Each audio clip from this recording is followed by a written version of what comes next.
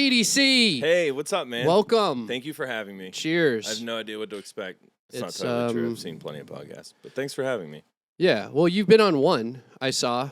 Berg Boys? Yeah, that's true. Yeah, I've probably been on podcast-wise, that's probably the only one, actually, the more I'm thinking about it. Yeah, Berg Boys. Pre-pandemic? Shout out Spills Motor. 5 years ago or so? Yeah, those guys are fun. They had just like a fun show every week, different shops, different artists, just moving the show around. They were always somewhere, and they ended up in my basement one night, which was cool. So, it's cool to do the mobile thing. I mean, I've thought about that. Like, if you can just take a couple cell phones and make it happen. Take it on the road. Yeah. I was thinking about it this past weekend because I was in Detroit for the Electronic Music Festival, and I've done a lot of interviews there in the past, and I actually still get the emails from different like promoters and management asking me to interview their talent. That's sweet. And I'm always thinking, like, maybe I should. Like, this person could be interesting.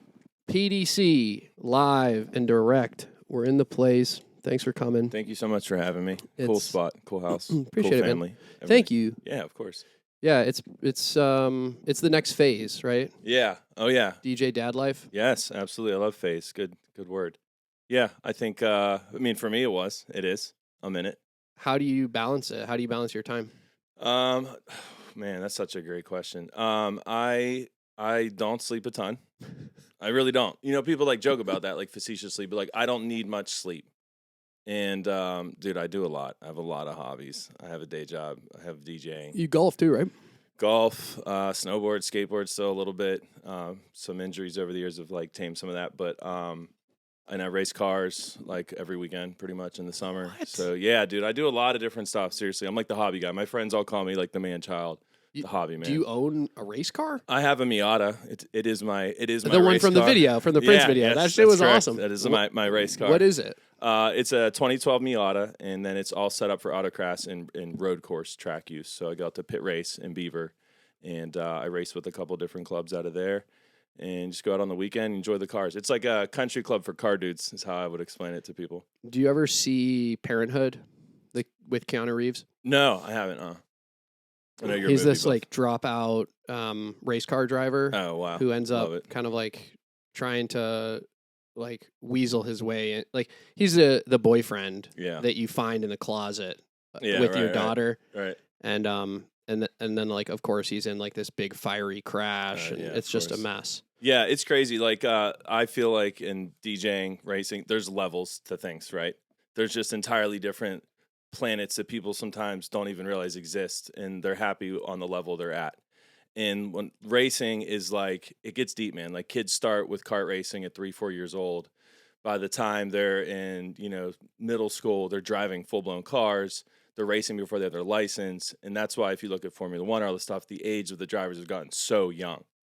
Whoa. So like video games, simulators, my son can like almost drive a stick shift at like 4.5 years old. He knows the clutch, he knows the gears, he knows the patterns. Like he knows what to do. Because you have the kit. We have the little home, thing like at home. Gran Turismo or whatever. And like, it is, exactly. And I'm like, wow, we grew up with video games, but not like they are now. We didn't have like racing simulators. We had like and with VR, like exactly, AR and VR. I mean, I don't let my kid do VR. I don't think it's good for like his eyes. But I don't know. I should ask a doctor. I just feel like in the simplest form, you're looking at a screen like half of an inch from your eye. And it is putting out a lot of light, and I just feel like with the development, I don't know. I feel strain on my eyes after I use it for a little bit. Yeah, I don't think about it that way. I mean, but I also haven't strapped it to my kid's head. Yeah, I just haven't done it. That's all. And maybe it's nothing, and I'm like, who cares? But I just the one that haven't done it. I would worry about all like sensory, artificial, sensory, whatever life. Yeah, and how it's going to affect their upbringing. I mean, but we've kind of erred on the side of too much. I think. Yeah. He's going to be in a digital world. Like, we're going to... Practically is. Like, I know. Yeah, I mean, his ability to use computers, to use technology, it's going to determine how successful he is in whatever career he picks. That's a good point. And it's fascinating, too, as a parent. Like, I'm a big tech guy. I have a career in technology, actually, is like my day job. And just looking at things simply, like the buttons are green and the arrows blink, and like things are just made in they're made intuitively that like when a 2-year-old picks up an iPad, he does kind of know what to hit and he knows what to press. Well, that And I was know you Steve know what I Jobs' mean. idea. Like, Yeah. that's the whole reason he hated stylus. He's like, you have 10 styluses attached And to my your son body. will grab non-Apple or touchscreen interface products and start trying to manipulate them like you can pinch them. He's pinched like computer screens or TVs before. It's hilarious, but like that's what they think. Yeah, well, it probably should all be touch. I don't know. It's something to think about. So what exactly is the job? Is it like a 9 to 5? Yeah, I got 9 to 5. Love it. IT director for a heavy machinery company. So it's yin and yang to DJing completely. But does it slow down your DJing though? Yeah. Oh, for sure. So like there was definitely a point like in my 20s, like early 20s, where like I felt like I was at a habitual fork in the road where I had to like really decide, like, am I gonna do one or the other? And then like I realized if that was the case, I was going to stick to the day job. DJing, something I loved. It was a passion. I was having success with it, but it was never something I planned on having as a career. You know, I was going to college. I had a career path, I guess you could say. So I was like, you know, just stay steadfast on that. And like I played in bands growing up, and I was like, all right, if I was like in my band and my band started to blow up, would I just like give it all up to go for the band? And like it's incredibly circumstantial to make any decision like that. I wasn't on some like nationwide DJ path. I was on like a local DJ path. You know what I mean? So anyway, and that's great, by the way. There's nothing wrong with that. And you need that before you get to a national DJ path. But I guess I wasn't far enough in my DJing where I felt like I could like take it and run with it. I didn't want to let go of the day job. I loved what I do. I love who I work with. So that wasn't that hard of a decision. But then I realized like I could do both. I can't DJ as much. I can't do the weeknights. You know, you're going to be tired. I couldn't let it affect what I had to do during the day. But I was able to do both. I mean, most of the events are weekends or they're nights. They're off the 9 to 5. And that's really been the balance. And I feel like that's back to being busy. Like my weekends are busy. My weekdays are busy. And like I'm kind of living on both ends of that lifestyle of like working the weekdays, working the weekends, and like trying to jam in family and hobbies and marriage and everything else in between. Yeah. I mean, when I was really like back to the wall, I'm going to make this DJ career work. There wasn't a minute that I spent where I wasn't finding new music, grinding, right. like full making a time. new mix, finding a new gig, like cold calling promoters, interfacing with people that I thought could get me the next gig. Like, yeah, you're putting in full-time work on it. What like goals do you have for your DJing? Like, what haven't you done that you want to do? So like kind of the path I guess I feel like I've been on the last few years is like more event space, more like on a show, more in a hosting position or a planning position, or like Battle Gories. Oh, look at the shirt. Look at the shirt. Course, you know that was on purpose. Or like, and we could talk about that, but like, or just, you know, even at like MC hosting, like I've been paid for my voice over the last few years. That was new to my career. That all happened in my 30s. Nice. So like, yeah, I loved all sides of events. So my problem is like I'm DJing an event, okay, and then I'm looking around like they should have did this, they should have did that, they should have, and these are really small things. I'm like they should have just put the bar over there, right? We all have like that little nuance to an event because we've seen so many events, and I pay attention to everything at every event. I'm very detail oriented. I'm hypercritical. So I'm at these events. I'm like looking at all these things, and I just keep like these could be better.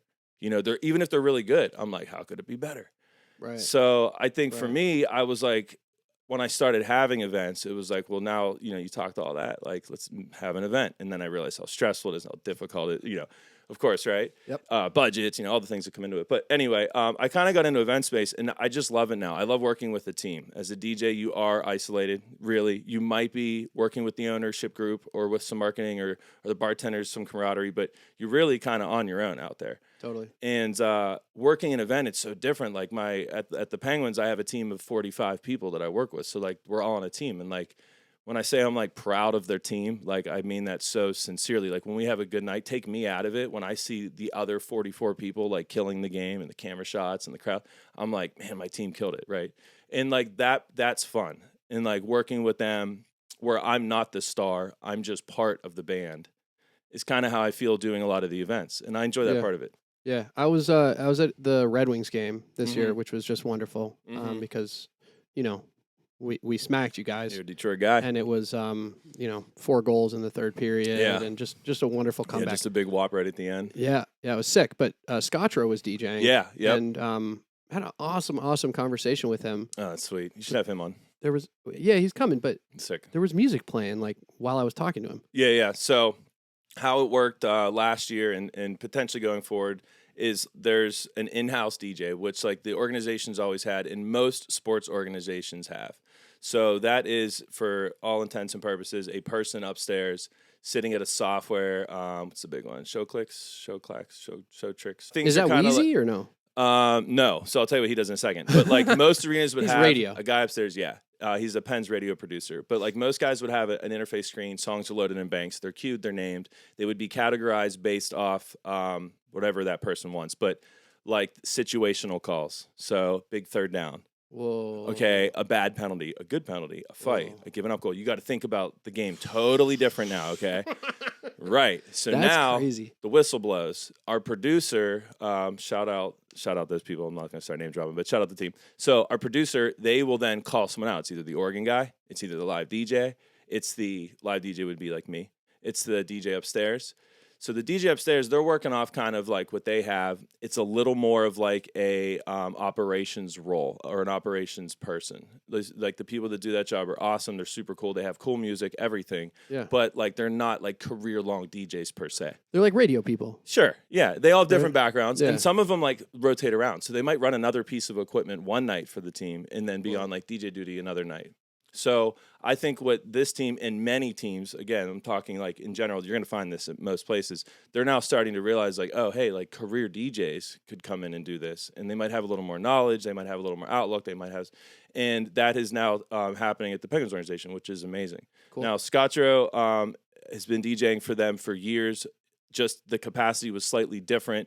There's now an emphasis on the DJ. We're like kind of down there in the bowl and we're like kind of more part of the game. So to answer your question though, it was probably the person upstairs, the other DJ. Was playing the music. Yeah. And then when do you all take over? Yeah, so we do walk-in. So the minute gates open, we play from then up until player warm-up skate, which is like 20 minutes before the game starts. And we play player warm-up skate. So that's different music. So walk-in, I kind of do one thing. Player warm-up is like high tempo, high energy, quick mix, EDM, rock, just like boom, boom, boom to get the guys like fired up. Yep. And they crank it up and they're like shooting around. Then we're done, and then we have 2 TV timeouts during every period. So it's like a 2-minute timeout. We're on then, and then we're on an intermission.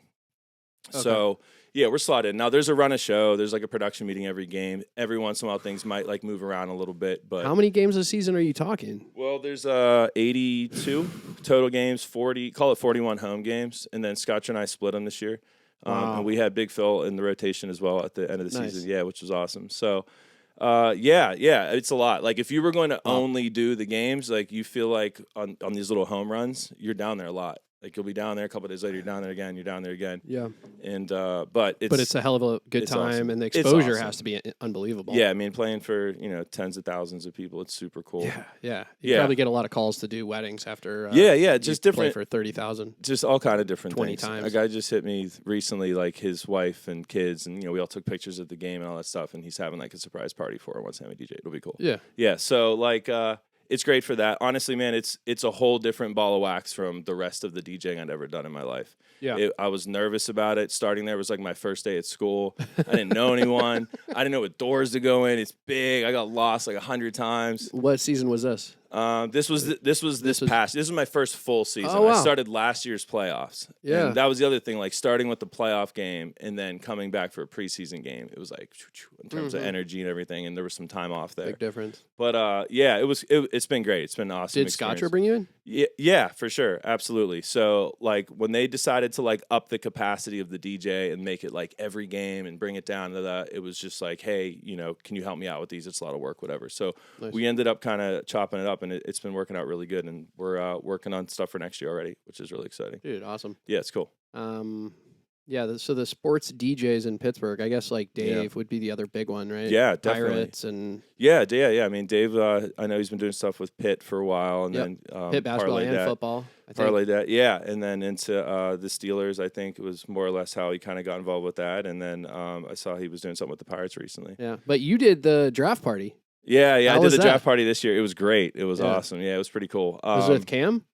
Yeah, Cam did his podcast. And so cool. Yeah, it was super cool. And Ryan, and then they had like Kenny come out, and a couple of our new draft picks came out. Broderick Jones like came off the plane hours before and came right down. Wild. So yeah, it was cool. Merrill Hodge, they had some Hall of Famers. They had Fryermuth. It was great, man. Everybody was really cool. I've been lucky enough to do a bunch of events for them too. I'll be doing one of the preseason games this year. I'm excited about, and it's just another example of like just an event. Like I was the host of that event. I barely DJ'd much. Run a show, working with the team, cues, talking with the guys, like having that banter, like being able to keep the show tight and flowing. It's totally different from DJing, but it's like DJing a wedding. Yeah, it's very similar. Right? To a lot that. of people think that like DJing a wedding is a DJ gig, but it's really not. It's like an it's event coordination, absolutely right, and hosting, emceeing gig. Absolutely basically. Right, absolutely right. I mean, depending on the involvement, but yes, absolutely. And I pride myself on being good at that. And that's like kind of back to realizing like, yeah, I could just keep DJing, or like I could start, being involved with like other layers of the project.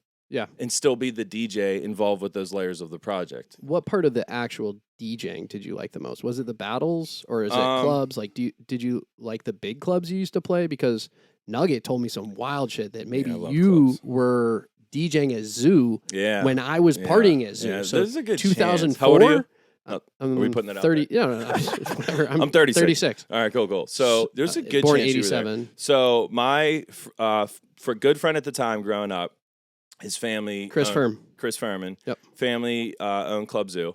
So like growing up, we're like down the street neighbors, all this stuff. Oh wow, which is where? Yeah, in like O'Hara Township, basically. Which is where?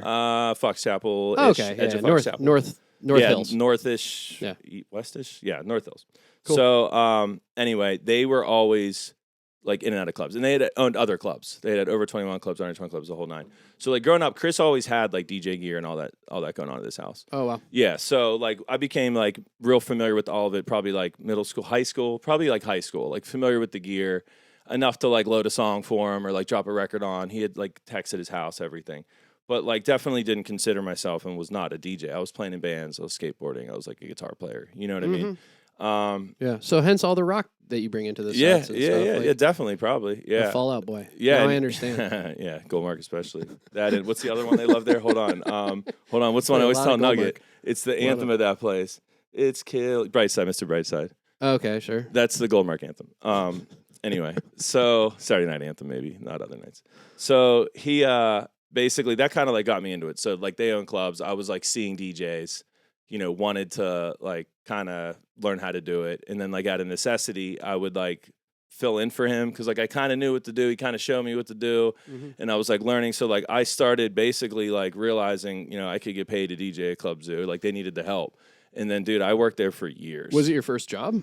I'd say that was my first like real club job. Yeah, I mean it was under 21 for those that don't know. It was under 21 club, and they'd get thousands of kids on a Saturday night. They'd get 2,000 kids in there. Yeah, it was crazy. We used to sneak the beers in the girls' little handbags, the Evil Eyes. Yeah, and take little jitney cabs out there. I told the story on Nuggets podcast because I guess he was playing a club like next door. Yeah, he played Jets. He played at Jets, which was in Harmerville. Yeah, that was the other big one. And there were others before and after, and some of them had moved locations, and like everything else, but.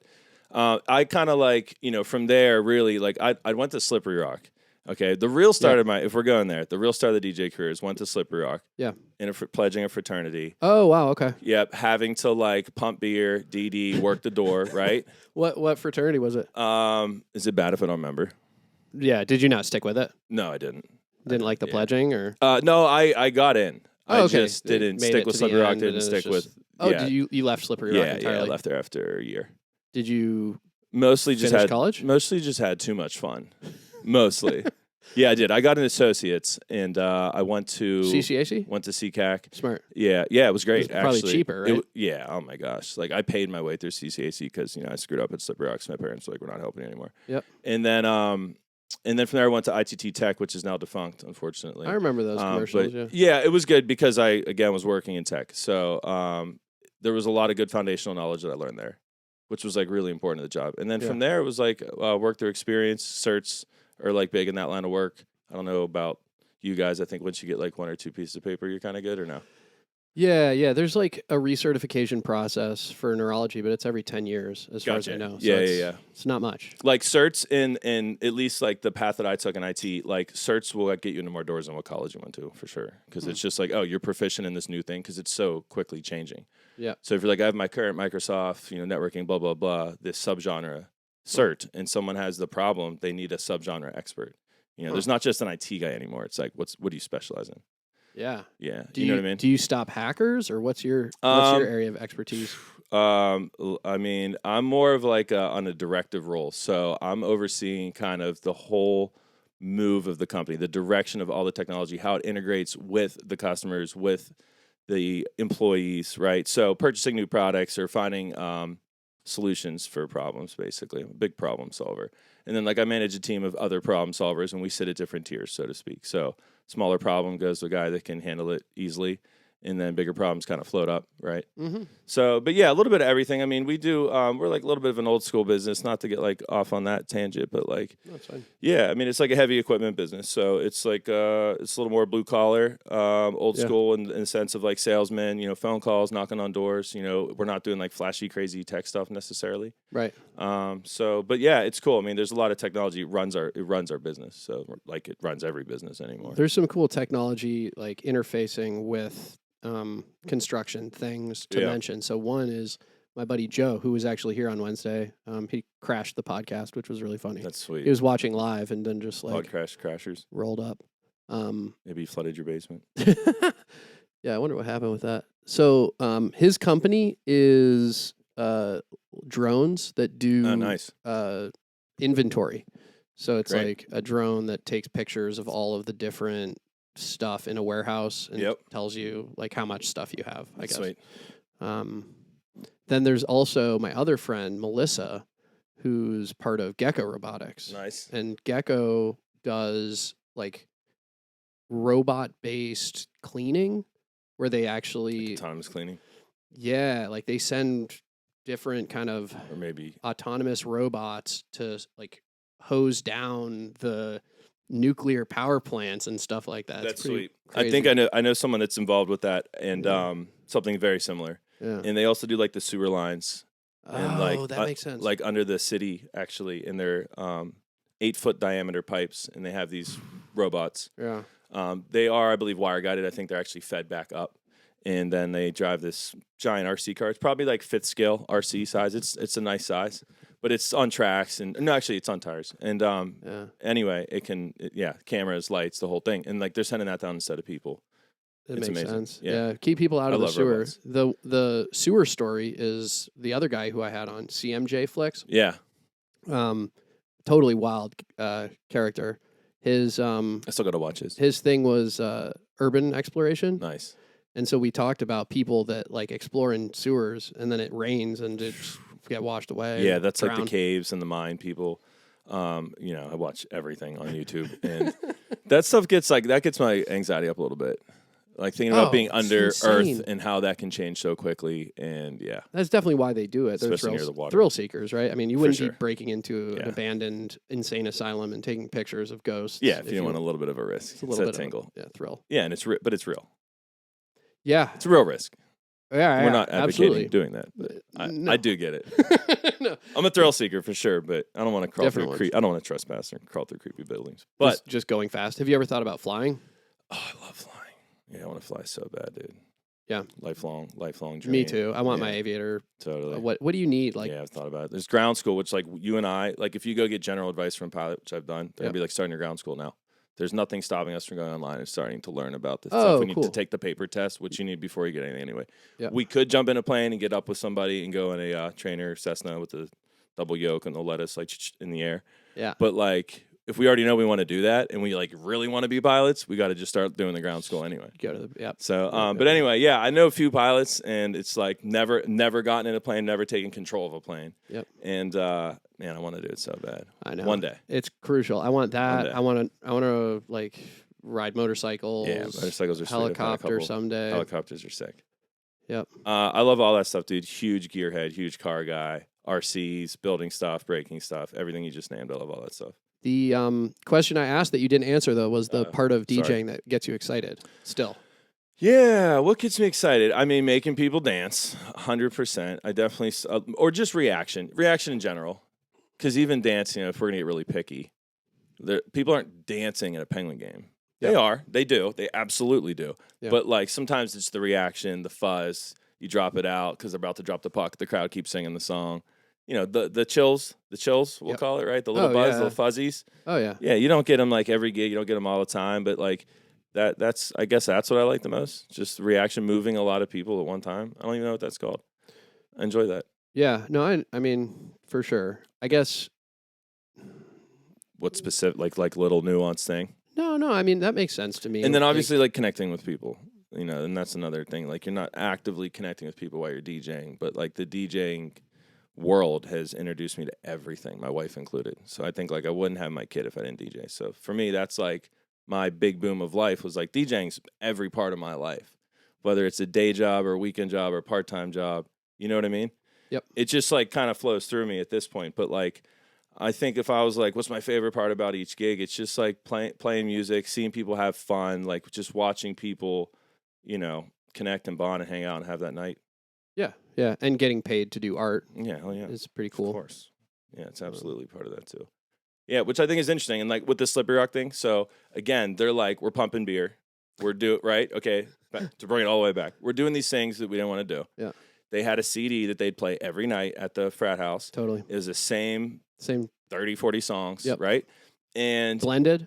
No, not just at all. One after another. Week. And yeah, Week. I mean, dude, and like, it's not that they were the worst songs ever, but you like, already knew because you know who they are. They were Journey and everything, right? So I'm like, okay, you had already been DJing at the under 21 clubs, exactly, and I had some experience, and I owned equipment at this time. I had done like some block parties, like a little wedding, like I had some experience. Still didn't really call myself a DJ, but I knew what was up, I guess you could say. Yep. So I tell them one night, like, hey, I have DJ geared home. If I bring it up here, can I play music and maybe, you know, I'm all timid. I'm like, maybe not have to like pump beer. And they're like, you have DJ geared home? And we're like an hour away from Pittsburgh. And I'm like, yeah. And they're like, this one dude had a truck. They're like, get LZ's truck. He's taking Pete to Pittsburgh right now to get his DJ gear. And they're like, you bring DJ gear up here, you'll never have to do any of that stuff again. Sweet. I was like, done deal. So we go get it immediately. Go get it. Get up there, and that was it. They were off my back. So that was cool. So I'm DJing the parties. And then from there, it was like a pair of Technics turntable. Yeah, no, like I wasn't on Tex yet. I wasn't on Tex yet. I was like CDN 90. Yeah, exactly. It was like CDN 90 dual Denon like type players, right? Oh, like actual CDs. Yeah, I was on CDs then. Okay. And then like I had. And you had the CD book? I had the with CD book. All the different, and you were burning CDs? Oh, yeah, burning them. Mixed CDs, yeah. Well, like promo only, and some of those they mailed at the time. Yeah. And you could get subscriptions. So like I ended up with some, but it was mostly burning. And then when I started, I was running a laptop through an 1/8 inch, which like I think everybody maybe went through a transition of that, but like not a lot of people that I were around went through that. With virtual DJ? At one point? Yeah, absolutely, and because that became the thing. And then Serato came out. Once mashups became a thing, like you had to have virtual DJ in order to test your mashups and then play them live. That was definitely part of my like first DJ DVS experience. And then like I remember Final Scratch coming out. Yep. Somebody had it. I think Nugget had it. I didn't know Nugget or anything, but like it was like around. Yep. Someone had it. And then Serato won the box. I got the first one. Remember the day I plugged it in, remember what I was doing, and that was it. It was just a wrap. No Tractor? No, I never had Tractor. I went right to Serato. Tractor was fun, actually. But only because I had never touched Serato. Right. It was like, this is so much better than records. Yeah, my first experience mixing was records. Serato. You didn't ever collect records? Yeah, for sure I did. Yeah, and then like when I started DJing after that, like I got into records not out of necessity of needing to play them at gigs, out of just wanting to collect records and have them. That's I cool. actually used to try to find gigs that I could play records. Yeah, because like I wanted to do it a little bit. Are you interested in it all anymore or no? Not as much. No space. I gave a lot of records away. Like recently, to hopefully somebody watching this thing will be like, yeah, give me records. Anyway, no, I've kind of unloaded them. But like I was buying records that weren't like collectible or anything. It was like 12 inches of popular songs. So I was like, well, if I go do a party, I want to have all the songs I'd maybe have in my crate, but like have it in my non-Serato crate, right? So anyway, I do have some cool 45s. I have some cool records, man, but I'm not a crazy record collector at all. My brother-in-law has thousands. He's like nuts. Are you crazy MP3 collector? Yeah, sure. Yeah, I download everything. But that's not true either. Like I've definitely stopped doing that, you know, because like for me, it's like, what gigs do I have coming up? I look at like my next weeks or months, and I kind of like prepare for them throughout my life. I don't know. Do you do that? Do other DJs do that? Yeah, I mean, I'm trying to think. All right, perfect example. Explain it a little bit more. I have an 80s gig tomorrow. Yep. Okay, Yep. Exciting. I haven't That's played exciting. an So hour and a half. Yes, dude, and we could talk about that. Exciting. Yeah, please. But like, it's an hour and a half 80 set. You're opening for a Prince cover band? Correct. That's exciting. Purple something? The Prince Project. The Prince Project. Yeah, they're actually pretty dope. Yeah. And so basically, like, the only thing I got was it can't be any Prince. And I even asked, like, Sheila E. Shalimar, like, right? I asked about Fringy Prince, and they were like, Fringy Prince is cool. It can't be Prince. So Glamorous Life. I got Glamorous Life right back here. But like, you know, as a DJ, like, these things matter. Doubles. All right. So apparently I'm allowed to play it. So it's great. So anyway, I have any 80s. I'm obviously probably not going to play like hair band. Nah. 80s, right? So it's like it's a funk and soul. Exactly. So for me, it won't be necessarily difficult or anything, but also I want to do a good job. You know what I mean? I don't want to play all low hanging fruit, but I want to make sure I have some low hanging fruit. Was. That's my recommendation. There you go. I love those guys. I like that. Detroit. I love that. I know. Again, Detroit is guy. Walk the Dinosaur? Yeah, that sounds right. And that was a big one. I mean, there's a few, but that's an amazingly funky band. Yeah, that's perfect. I love that. Thanks for the rec. Like, I just okay. So point is, I had an 80s gig coming up. I haven't played a multiple hour 80s set in a couple of years. So for me, it was like, I'm going to listen to 80s all week. I'm going to check Spotify 80s list all week. I'm going to see what Alexa plays while I'm cooking dinner. And then, like, I did have a couple, like, you know, I don't know. Like, some of them were obvious. Like, oh, yeah, Lisa, Call Jam. Oh, yeah, I love that song. I haven't played that in a while. And then, like, bam, I threw it in the crate. Yep. So I don't know. Like, do you ever do that? Like, I have a rock gig. I have a snowboarding gig. And then I'm, like, watching snowboarding flicks. I'm, like, listening to music, like, throughout the week. Yeah, I think so. I mean, like, I feel like in a way I've been preparing for my first gig back for 6 years. Right. You know, and it's like a lot of it is on Spotify. It's on like the Discover Weekly. It's on other people's hosted playlists. Right. So one of the cool things I saw recently is really big name artists will post their own playlists on Spotify. Like Post Malone has a great one. Yeah. Yep. And when you go on there, you can, you know, see who the artists they're listening to are. It's pretty cool. It's sick. I take notes, you know, when I'm in the club and I hear something that I'm interested in or that's exciting. But it is the latest thing that I've been doing is preparing for gigs by making crates. So like I was always genre crates. I had like 10 genres: funk, hip hop, R&B, reggae, house. Sorry. Something like that. That's all good. Something like that. Like, and now the new thing is to really make it about the space. The event. Yeah, exactly. Right. So like just put music in there that I'm planning on playing at that particular gig. I agree. That's been mostly my mantra lately. Like, that's been my approach. I go back and forth about this a lot. So some of my best nights ever, all off the top of the dome. Hunting and pecking is what I call it. Just typing on my keyboard.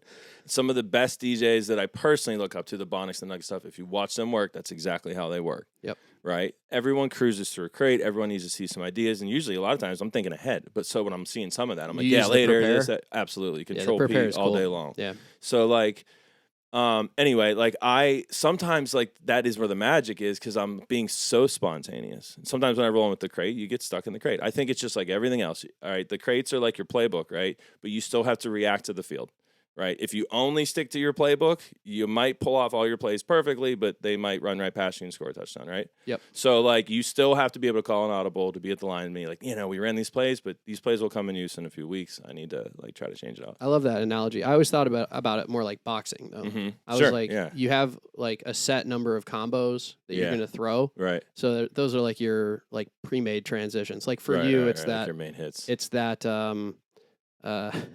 Like something you do a lot, you mean? Yeah. But I'm going to remember it for you because I heard you do it twice. Let's see.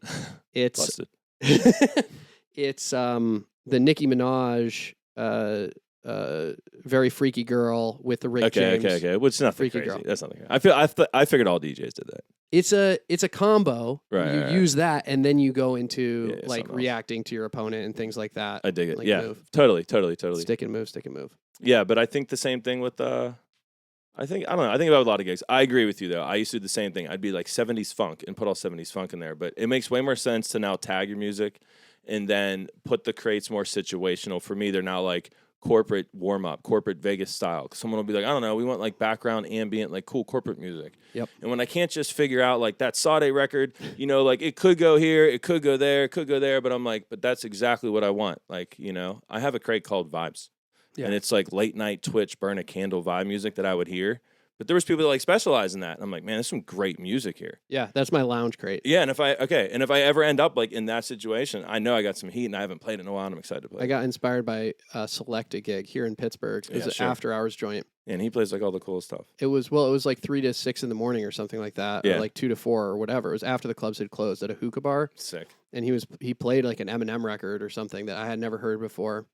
And shout out your shirt. Yeah. I'm like, Jesus, like never heard anyone play Eminem in the club before, but there is a time and a place for it where you can play more lyrical stuff. It doesn't have to be danceable. Yeah, right. Which was cool to hear. That's sick. Like the reason to bring up Selecta though is I got in some hot water. Oh, what'd you do? With my post about Selecta. What was your post?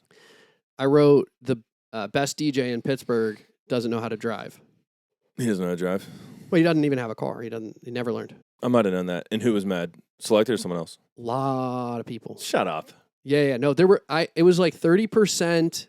I agree. Like he's the GOAT, whatever. Then there were like specifically regarding that. Yeah. 30% that were like, what are you thinking? Like, are you high? Like, and some other feedback that I won't go into, whatever. Sure. I can only imagine.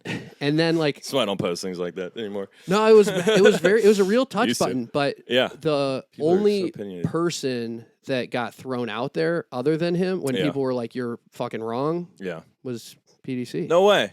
Seriously. I mean that. That's crazy. Wow. That's like an honor, dude, because Select is unbelievable. Well, it says it on your website. I appreciate it. What's it say? #1 DJ in Pittsburgh. No, it doesn't. Oh. No, it doesn't say #1. Best. #1 trusted? Best club rocker and party starter, something like that. I'm going to probably have Chat GPT rewrite it soon.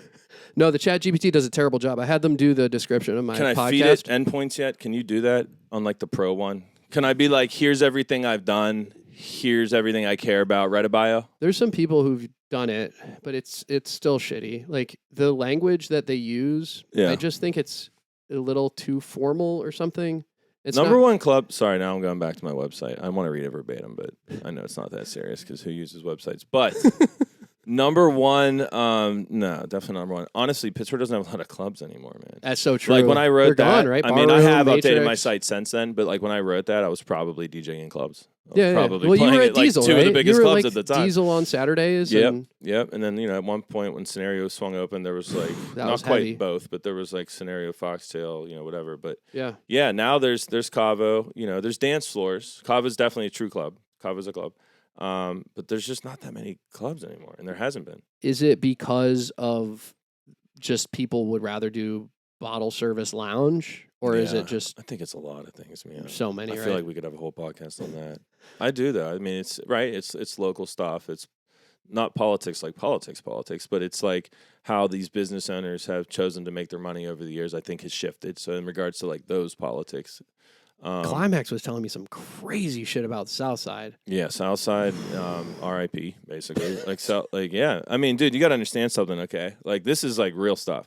I spent 15 years going down there. Like, I made a career going down there. Like, I've met everyone I practically know on that street.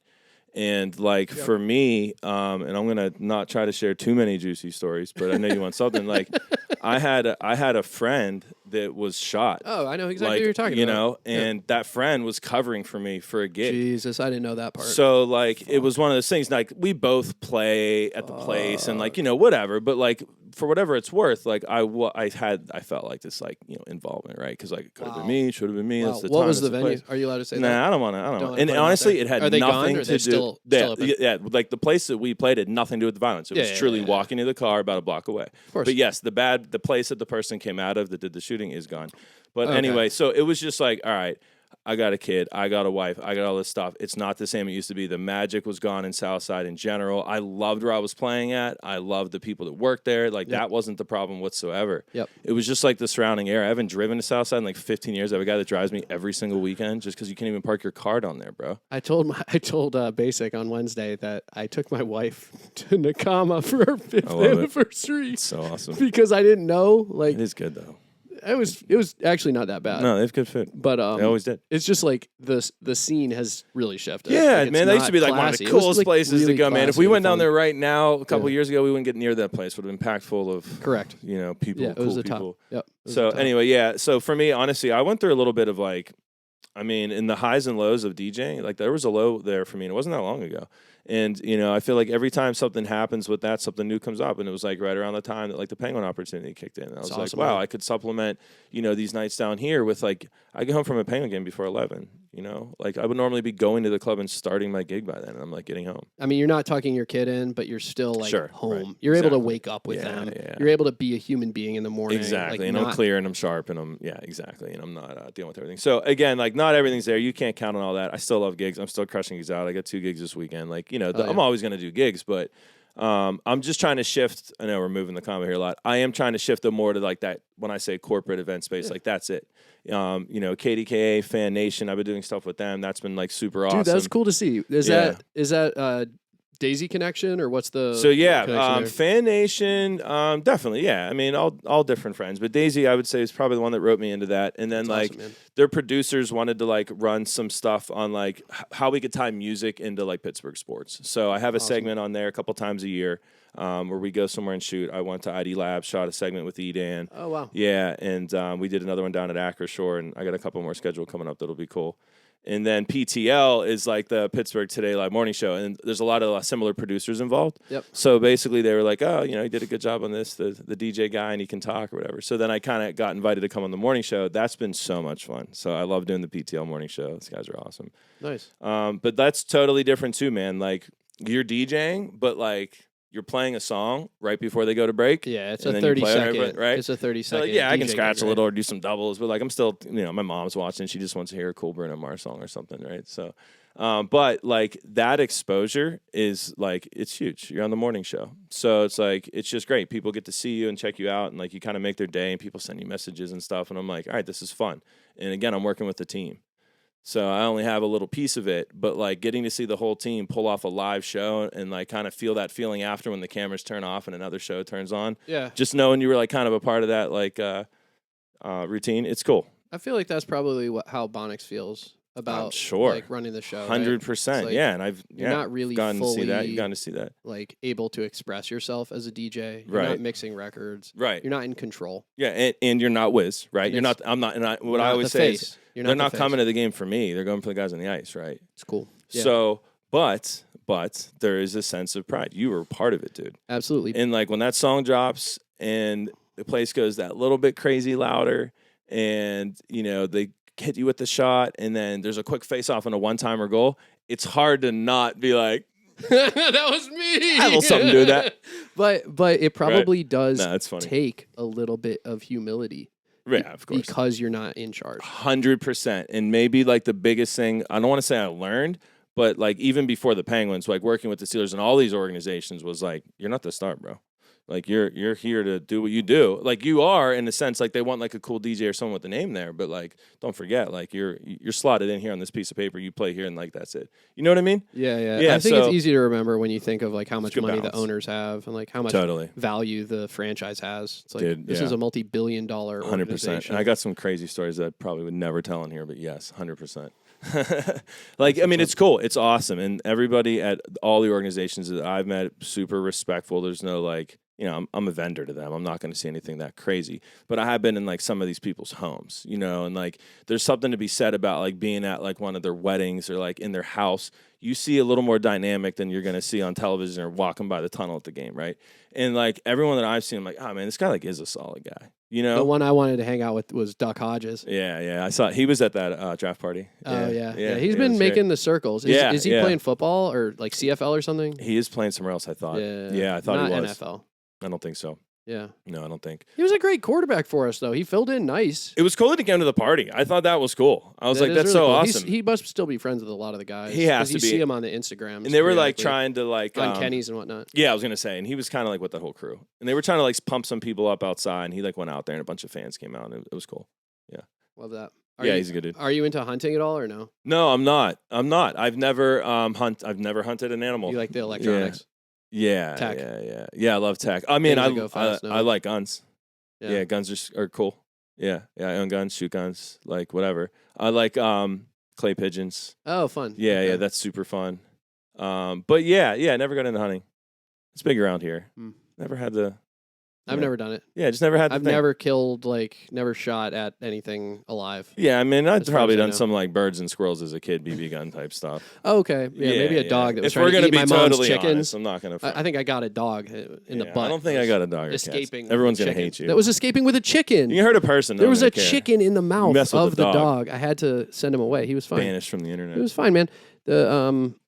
It's Hamburg, Michigan, man. That's bad dogs. What made you ask about hunting? Out of curiosity. Well, Duck Hodges. He's a big duck hunter. Of course. Yes, of course. Got it. Love it. That's funny. Yep. And your connection with the Steelers too, right? Because a lot of those guys, that's like their recreation. You know, if Ben invites you to his hunt, to his cabin, I imagine what you're doing is a big outdoorsman. That you're going to be hunting in New York or wherever he has his cabin. Exactly. You'll be susceptible to some of that, and they're all into different things. I mean, it'll afford you the ability to do cool things like that, right? When you live the lifestyle, these guys deserve their off time like everyone else. So I feel like they all get it in during their off season. They all go on crazy trips. They go skiing or golfing or whatever. Yeah, they get in. You have to do the play hard, and the work hard dynamic. Yeah, I think so. Yeah, and then I personally love that. That's like music to my ears. Yeah, I do the same. Do you go off on vacation? Yeah, absolutely. Yeah, I have a bachelor party coming up if you count that as vacation. A bachelor party at 36 is like torture. I'm like, you sure? I gotta go, guys? Yeah, sure you want me there? Yeah, I totally botched my bachelor party 2 months ago in Charleston. Yeah, I was supposed to be there, but my flight got canceled and. So I just canceled the reservation instead of just telling everyone I'm not going to be there. Yeah. And they all showed up at the restaurant. It was That's great. It was a real soft move on my part. Just keep messing things up. I really dropped the ball. Yeah, I mean, I'm not like world traveler, like Nugget. Like Nugget's jetting all around. Crazy. No, nothing like that. But hell yeah. I love going on vacation. I love getting away. I like getting out of town. Have you snowboarded in Europe at all? Or no, never Europe. I go I go out west once a year. I usually go to Salt Lake City, Utah. Yeah, more like Park City actually, but flying to Salt Lake. Jackson Hole. Yeah, I haven't been there, but I go out. I've been to Park, been to canyons, been to Powder Mountain. What else is out there? I think Alta's out there. Have you done Canadian Rockies? No. Canadian Rockies. No, and Banff. My parents went there. They went to Banff. I mean, I saw the pictures. Lake Louise. It's ridiculous. Unbelievable. My mom's riding horses next to the stream. I'm like, what is this? It was really cool. I mean, seriously, it looks like a Windows background. Yeah. It's just everywhere you look. Colorado. It's gorgeous. It is a Windows. Colorado was sick. I DJed a wedding there at the top of a ski resort, which really hurt in Tabernash, Colorado, and that hurt because I couldn't snowboard. I didn't have time. I had to. So I'm at a resort. They booked you, but they didn't let you ride. I mean, they would have let me ride. I just had a tight schedule, and I was in and out for 2 days. And it was like torture, but it was a sick wedding. It was a sick wedding. Yeah, it was really cool. That's awesome that you ended up out there DJing. Are some of your travel stories for DJing? Have you been able to play out of town at all, or other than weddings? Yeah, some club for gigs? sure. Yeah, and I tried that for a few years, and it wasn't for me. It's super cool. I think depending on what level you're on, it changes how much it works.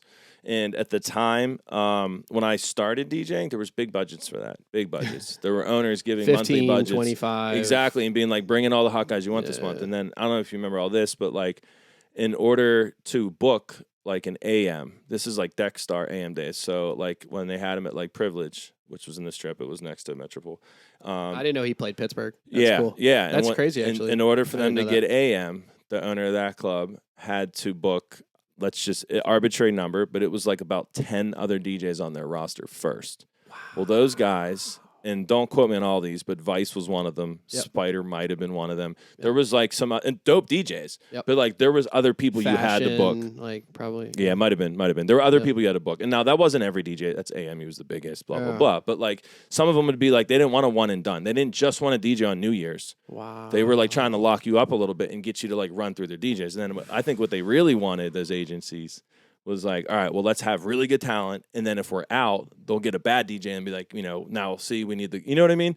One night is hard to tell. I think if they get you under a little run, they have a bigger opportunity to be yeah, this is awesome. We're having big nights when we bring these big DJs in, and then all these clubs did it. They all bought in. I don't understand the second point. Help me understand that piece. So, like, I think if you just do a one and done night with like a celebrity DJ, you're going to do it on an already special night. So you're going to take New Year's or something where you're already making a lot of money, and you might hand over one of these agencies a big check that one night. Yep. But I think by trying to get them to convince you to book, supplemental nights, obviously maybe for less money, you might not have normally done it, but now maybe that you only get 2 hours of their DJ on that New Year's, and it's already hyperinflated, and everything's already weird because it's that special night. And I think maybe by getting guys in these other nights, it's a chance for those people to be like, wow, this is what a real or a big, if they're going into like small towns or something, this is what a really great DJ looks like. Okay, I see what you're saying. It makes it artificially inflates their value. Right, because maybe they catch a couple hot nights and like a bunch, and then it's like better than their flash in the pan night from that one big night that they booked them because they had this special thing going on. It was already going to be busy, which is why they had the budget in the first place. I think they're really trying to sell these guys, and like, we have big celebrity DJs. You can book your night around the DJ itself, and people will come out. Yeah. And I think the clubs did a good job at doing that. It's when guys' faces started going up all over these flyers. Not, obviously, it's been going on a long time before that. But, like, I feel like the DJ, push of like, well, I don't know this guy. Well, I'll go look him up online. Like, that's all part of that. Like, it's an agency kind of feeding all of that. And if, like, you can build this hype and someone looks you up, maybe they don't know you, but you look the part, then they show up, guys playing hot records. And then in Pittsburgh, you know what else works? Saying you're from out of town. People eat that up around here, dude. You think it'd be like, yeah, I'm born and raised here. Like, okay, so-and-so's from Miami. I'm like, all right, so-and-so lived in Miami for like 6 months. Hey, I can be from Detroit, Miami. People love out of town. You let me know. So now you have take what I can get. LA DJ, New York DJ, Vegas DJ. All right, those are extreme examples. But even just being like, this hot DJ from Arizona, like there's an allure to that around here. Yeah. Maybe not now, but this is 15 years ago. Right, that's what I'm saying. Like, who right now is booking out-of-town talent in Pittsburgh? I guess the point I was getting at was Giant, that all went away. It's gone, right? That all went away. The dude that owned Privé and then Nugget and Zimmy were doing it in Southside. Yep. And I'm sure there were others. But, like, that all dried up. That well dried up. I mean, Keebs and Cut Up still do. Oh, there's still people that book them. I'm talking like bottle service clubs that were spending thousands of dollars a night to bring a dude in to play 2 hours. Open format, for sure. Open format world is gone. And it was only for the purpose of ego and inflation. It wasn't even that DJ was necessarily great. Yeah. Like, okay, these were really great DJs stepping aside to bring a DJ in, but like they had a budget and an owner that allowed them to do that. So if you're someone, I'm not to speak on Nugget's behalf, but like let's just think about this, like real simple. If you're Nugget, that's a sweet deal because now you get to network and reach out and curate and meet all these big legitimate DJs from like the West Coast.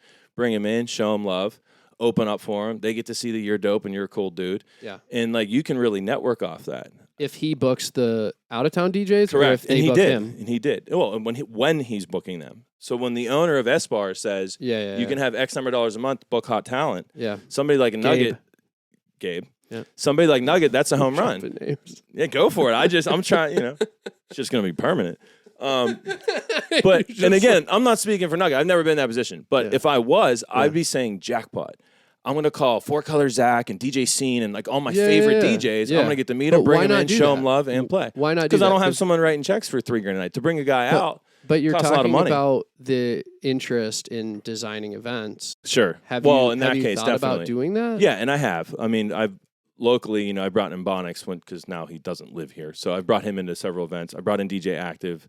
Shout out him. He's Janet Jackson's tour DJ. He's been Diddy's tour DJ. He's on the NBC show, What's That Tune? Nice. Every week with Jimmy Fallon. Dude, I would say like Mount Rushmore of like turntablists, especially East Coast DJs. Active is such a beast, man. Wow. He is. He's an animal. He's unbelievable. I mean, it's got to be crazy. And I've seen... Shifty. Yeah, dude, he's not craze. Who for else? Sure, right? Like to me, craze is craze. Like he's the one for me. Yeah. But like, dude, Active's he's a beast, and he's definitely a little. I don't want to say under the radar because he's not. He's on television every week. But like, I don't know. I feel like he's a little more of a DJ's DJ. You got to know what's up a little bit. You got to know what's up about Ack. About Ack, yeah. Yeah, but anyway, I used to feel that way about Questlove.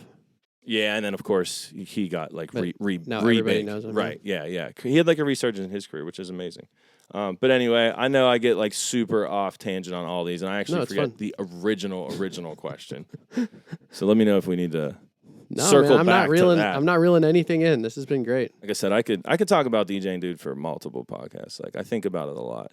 Yeah. You know what I mean? It's something I try to be like cerebral about because I think there is like a I think there's a formula. I think there's a mesh. Do you take turntables to weddings, or will you play on a controller? Very rarely. I did a wedding in Costa Rica a couple months ago. I took a controller. Yep. So, so for long distances or whatever. Yeah, that's pretty much it. I got some events coming. Like I have events all the time where it doesn't make sense to bring turntables, and the sporting events are a perfect example. The pit game, whatever. Like it doesn't make sense. But then I'm like, that's what people know me for. I do think it's part of a brand and image at a certain point. Absolutely. I think if I showed up with the controller, a lot of people would be like, what?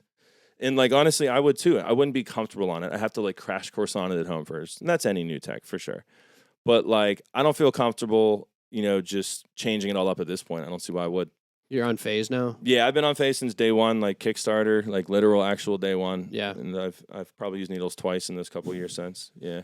Yeah, it does seem like a definite step forward in the right direction. I think it was huge. Yeah. I think it was the biggest thing since Serato. Mostly because of like vibrations. Yeah. And I've told them that. Things like that. That's actually exactly what I told them. Yeah. So they do like these, well, not anymore because the product's pretty flushed out, not fully, but yeah. At the beginning, there was a lot of like feedback from like the first 800 people or whatever it was that like the Phase went out, and I was just like, this is it. Like, this is the biggest thing since Serato. I didn't care about the bugs or anything because I knew they were going to figure that out. It worked. I was doing gigs with no needles, with bad RCAs and bad grounds and shaky environment. You ever play at a place where people get like pushed down steps, maybe thrown out or slip or whatever? I got a crazy story about that, but I can't tell. I don't know if I want to tell that one. Well, anyone that's worked in a place that has a really bad floor or by the steps. Paparazzi, was that the name of it? I remember that place. In the Southside? Yeah. Yeah. That was a fucking terrible story. Like if someone goes down them hard, everything shakes. Your music would always cut out. I've had multiple gigs where the music would bounce if somebody like down the steps. House of Yes in New York City. They have the turntables suspended from the ceiling. Yeah, that's the way to do on it. these like on Metropole ropes and shit. Yeah. That's how the original Club Zoo. So like the club that I started in, it was built as an enormous dance club, for over 21. And then so the entire DJ booth was cement, right? Poured slab. And then there's suspension cables like you see on a bridge. And then they run through the cement, right? And then they're tethered to the foundation and the structure of the building. So it's truly a floating platform, truly, like for real. But it's connected, but like it's independent of the rest of the building, so it can't shake. So, and then they had all the, they kept records in the clubs at the times, if you remember that. Like there'd be like a house selection of records for sure. Yeah. So they had like bins built in, and then like we'd get like locked in there because we were like kids. And like dude was a single dad, and he's like taking us out to clubs because he had to like go collect money or like go do something, right? So he'd like lock us in the DJ booth so we wouldn't get in any trouble. And I remember being there as a teenager, just like watching this DJ come in these like huge crowds. I'm like, yeah, this is sick. Like I want to learn how to do this.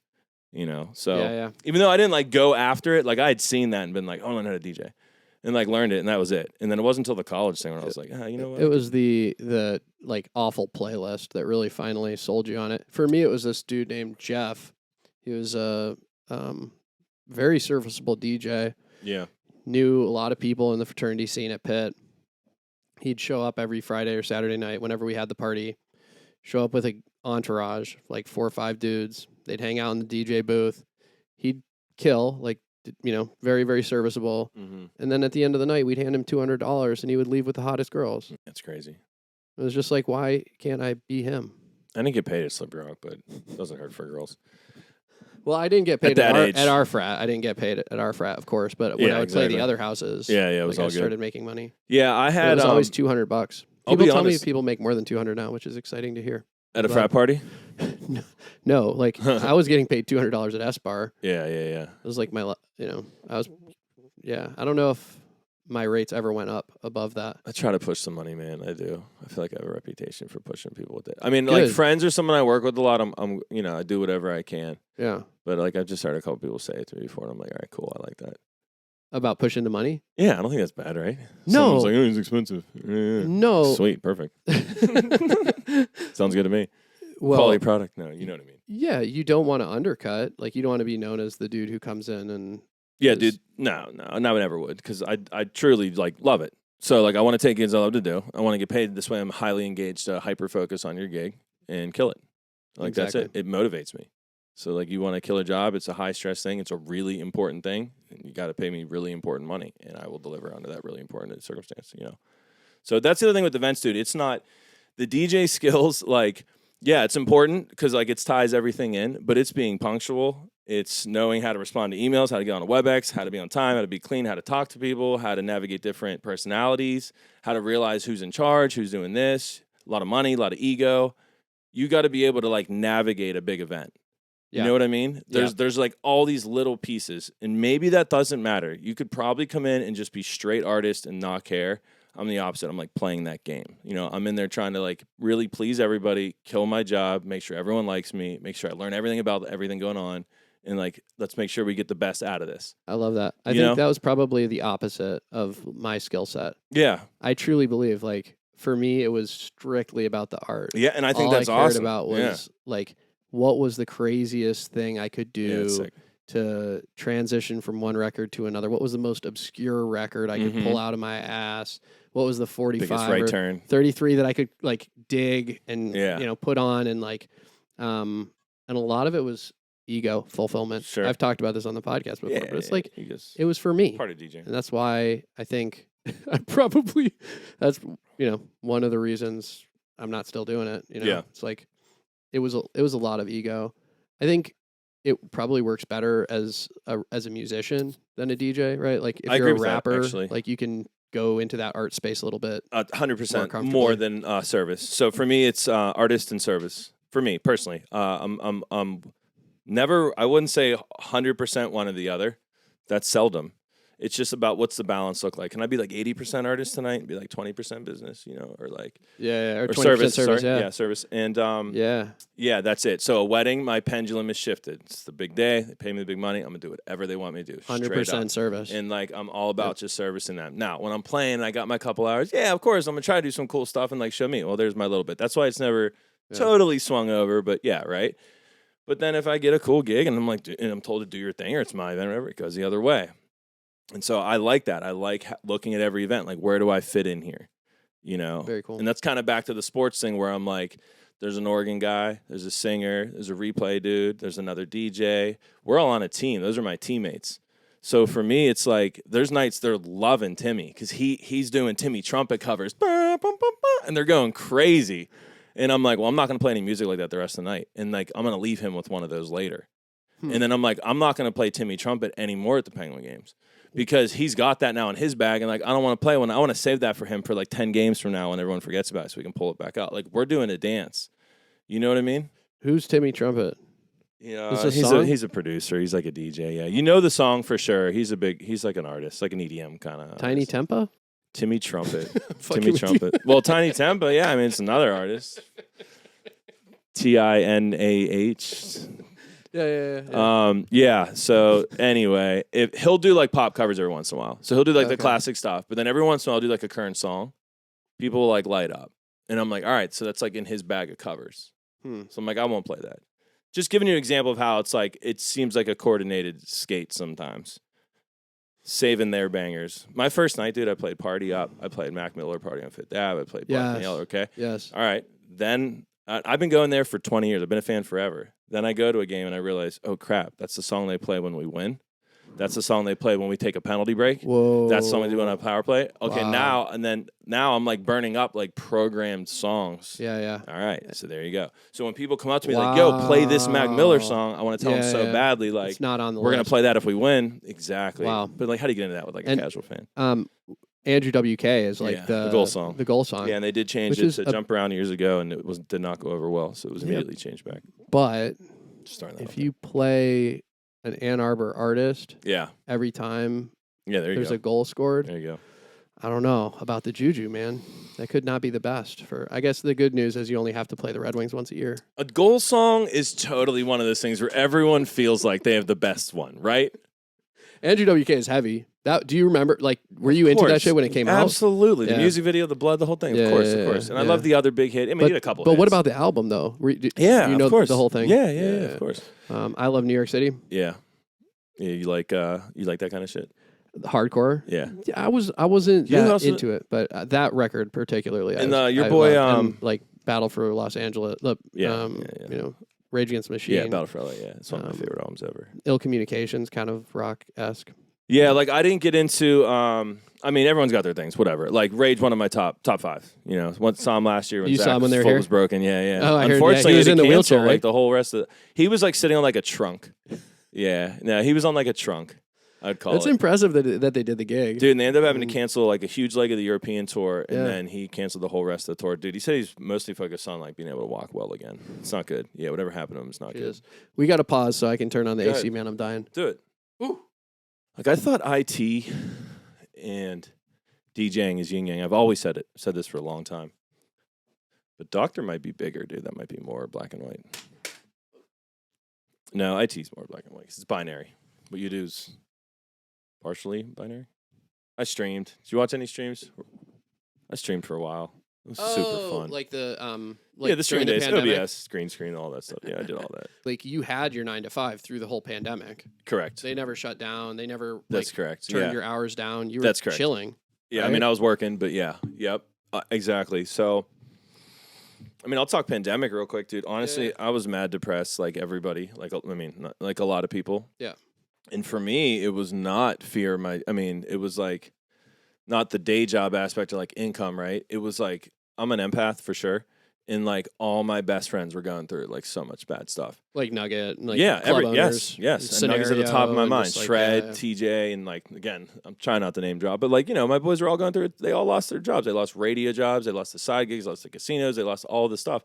The club gigs and the fancy stuff's cool, but you forget about the $500 that everyone's grabbing at like here or there every week. Like that was all gone, right? So like I really went through a lot like for my people, and then in the same sense. If I was busy, if I had a good thing happen or something cool, like, you don't want to pick up the phone and call your boy and be like, I don't know. Like, I feel like every time I talked to my friends, it was on that somber tip. It wasn't on that, like, hey, I was like checking in constantly. And like, that took a little bit of a toll on me. Not those friends I knew specifically, but just everybody going through it took a toll on me. And then I got real weird about my identity. Like, I've been a DJ for so long, and like I told you before, like I'm a DJ at my core, man. Like I'll be one till I die. So like I never realized till it was gone, and then I wasn't a DJ because I felt like I wasn't a DJ because I wasn't DJing. So I was like, I have to figure this out, and like I was like totally stressed about it. I was like, I'll just stream, and like I'd streamed early, dude. I'm not saying like I was first. There was people streaming years ago, but like I streamed like right when it dropped, like the first weekend. Went on YouTube, webcam on the wall. Had it like a nice amount of people tune in. Everyone's like first one seemed to be really successful. Yep. This is YouTube Live. Yeah, this was just YouTube. Yeah, YouTube Live. And like it was cool because I wanted people to watch on their television. I didn't want them to have to go through Twitch or something. I wanted them to pick up their Comcast remote and say DJ Petey C. So that was my whole thing. Well, that was great. And then I was like, I should do it again. So I did that for like a couple weeks. I maybe did like 6, 7 of those. And it was like starting to build. And it was like really fun. I was starting to do like goofy, funny things on there. You love the disguises and stuff. Yeah, I was dressing up. I was doing theme nights. This was like pre-green screen. But like, dude, I had a phone, I had a hotline bling. You could call in. I was delivering drinks to people's houses. I had this purple drink segment. It was like part of the thing. And then every week I'd take 6. Dude, I would get people's addresses, drive their house, put on their front door. And then during the stream, we'd all open our purple drinks and drink them. Oh, that's so cool. Yeah, it was cool, man. It was like a community. I loved it. I love streaming. But like when I first started, the YouTube was like none of that. I was just playing what I would play out. I didn't even know what to play. I'm like, what do I play? But didn't YouTube Live like shut you down? Then they just started shutting everything down. So then like that perturbed me. Then I did nothing for months, 8 months, did nothing. Yeah. And then I got all depressed. And then everyone was depressed. And then I'm like, I got to do something. My wife's like, just turn the camera on, just fire up Twitch, whatever it takes. And then I like totally love Twitch. It's a whole new community. Not now, but to me at the time. And once you figure out the tonality and the style and kind of how it works, I was like, all right, so anyway, I got into the Twitch thing, man, and I went crazy. Just out of pure fun. Again, tech person. So I had all the cameras. I had everything. I didn't have to go procure much. And I just like converted my whole basement into a green screen studio. Similar to this, but like, yeah, I converted it all into like, made it really clean, green screen, all the lighting was perfect. I could go down, hit a couple switches and like I was on. And then the big thing I spent a lot of time on was like bringing other DJs in. So like that wasn't a thing then. Now it's totally normal. There's a ton of services that do it, but at the time it wasn't like built in or baked in. So I was testing Zoom, bringing a guy in full screen, testing his audio quality. Then I went to Skype, brought it in, tested the audio quality. Then I ran through all of them. I was recording bit rates because I wanted like super high quality. Then I was learning about audio interfaces. A lot of my friends didn't have them. So like Shred and Nugget and stuff, believe it or not, like they're set up with like phosphrates and stuff. But I found this little USB thing and I knew the settings. I was going to like Nugget's house in his mailbox, dropped the USB and like instructions and we were like making sure everything was like crispy. Wow. So I did all that for a while, and then I was like, I want to bring people on. So like I had Bonix remote in Nugget, I had Zimmy, I had Trays. Or did I have Trays? No, I didn't have Trays. This is I had Shred. all through Twitch? Yeah. That was like all early Twitch days. So my whole thing then was like remoting people in. People could call in. You could video chat from your phone into my Twitch. I was just trying to like. That's crazy. Now I think it's normal. I think they have something now. I think you can like go. Okay. The Well, raid. they had raids, but I think you can like go live with someone now, like Okay. simulcast maybe type stuff. Or I know there's this thing. I think it's like Yardbird or something. Zimmy sent it to me, but they use it for those big streams that they do where they go to like a bunch of DJs' houses and you can like bring one feed into an interface and then someone can like video mix to the feeds in the one feed. Okay. It's like a whole nother third party that you had to pay for. But anyway, yeah, I reached out to Zimmy for help on that. Streams for Dreams. He was using it. Anyway. You're kind of like a Zimmy All with over the no place. tattoos and a little bit cooler, like because you drink. Oh, wow, that's so awesome. I think I'm cooler than Zimmy, too. No, I'm kidding. Who's taller? Zimmy's really cool. That's close. I think I'm taller. Yo, You're both Zimmy, 6'4"? what's the first thing you think of when you think of Zimmy? I'm 6'3". Is he taller than me? I think he's 6'4". I'm 6'3", so he's taller than me. I mean, he's much stronger than me. But you got your jacked shit now. together. You were kind of fat. I did. one I was point. 25 pounds, yeah. Nice work. I definitely was fat, bro. What happened? Thanks. What was the secret? Sugar. For me, again, everything, right? Yeah. Like sugar, pasta, breads, that kind of stuff. You just started eating healthy. Yeah, that's it. Eating clean. My wife eats super healthy, so I was almost going out of my way to Doesn't not. she cook Italian and stuff? She does for sure. That's like her cheat day stuff, and that's the stuff she likes to, Instagram. But no, man, my wife's like crazy strict. Like smoothies every morning. Everything's green. Everything's whatever. So Whole Foods. She likes good, clean, organic Whole Foods. Nice. Anyway, so yeah, I had to drop some weight. Yeah. Also, you look age great, man. will do it too. Thanks. Like I was like 30, and I was like, "Yo, dude, you're getting like it's out of hand. Yeah, You were doing you an gotta Adam care Goldstein. now. Yeah, don't wait till 40 is what I was telling myself. Like, do it now, because you're gonna want to do it at some point. You know what I mean? And then it's gonna be really hard. Everything gets harder. But no, it wasn't bad for me. I move a lot. I do sports and shit. So it was just like cleaning up my diet. Nice. Basically, yeah, paying attention to what I was putting And then we down. both have a scar on our left Yeah, you got one eyebrow. too? You see that? Yeah, baseball bat. What'd you Mine is do? 30. No, I don't know how think many I had stitches. like 20. 13 I don't think at it least, was quite maybe more. 30. I was a bike crash in Ouch. Boston. So funny. Mine's right on my eyebrow, so I get like a scar. Like Exactly. Yeah, you in it. you can't tell like because Yeah. my eyebrow covers it, but it's the exact same spot. I was hitting. This is like a little kid story. Screwdriver jammed into a stump. We had like hammered it in. We're pulling on it like Thor, right? We can't get it out. So I stand and straddle it Smart. with a baseball bat, an aluminum baseball bat, Yeah. and I tomahawk it over my head straight down. What do you think it does? Comes straight back up. Yeah. But you Shut didn't out lose your Newton. eye, Shut on noon. which is cool. And yeah, it just caught me right above the eye. And that's basically what the Could've. ambulance driver said. They were like, well, Yeah, you easily could they have were like, this isn't that bad. punctured the orbit, So yeah, I got a little The dinger globe. there. I got a bunch of stitches, man. I Could've got a couple of them. ruptured your globe. Some here, too.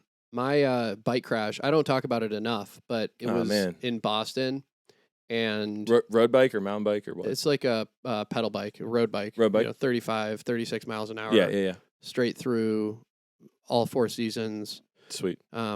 Slush, ice through the Harvard campus. Change your tires out in the winter? No. I just went hard. Cool.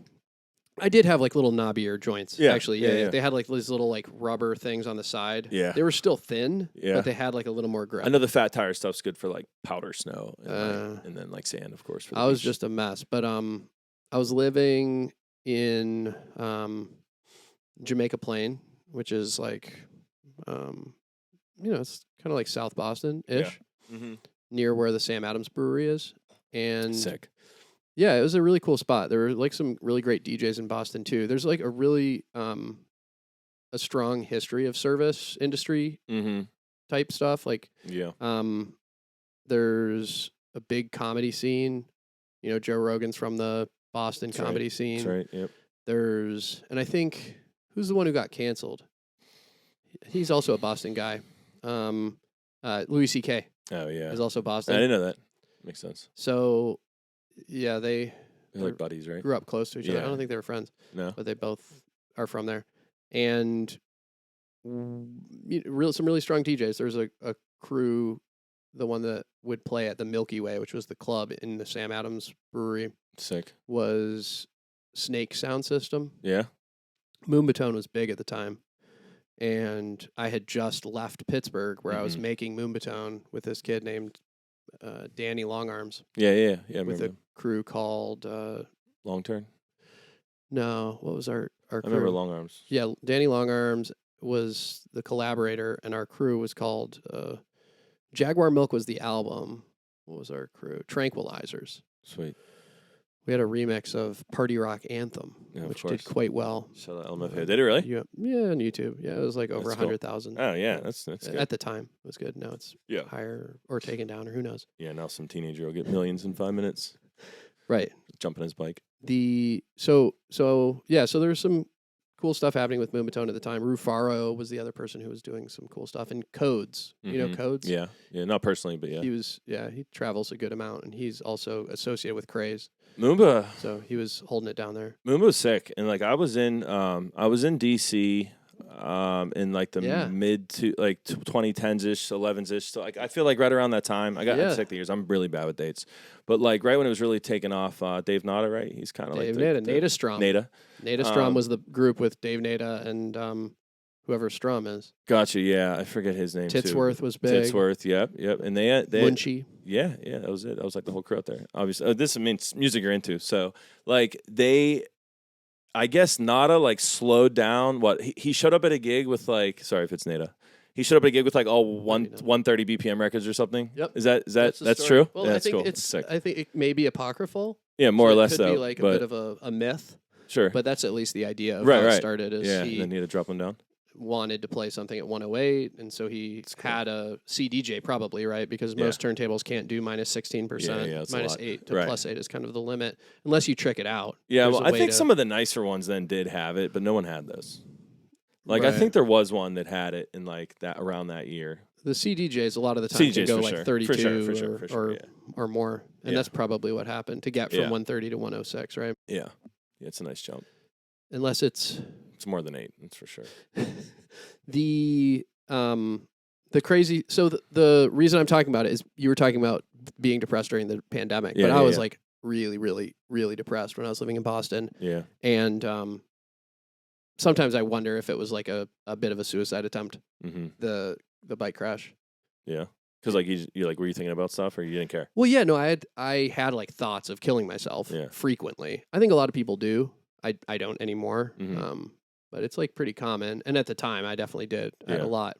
And then I was just biking very recklessly through a red light or kind of like maybe a stale yellow. There's a cop police F-250 truck turning left, and I crashed into the police truck. Damn! Did you go over the handlebars?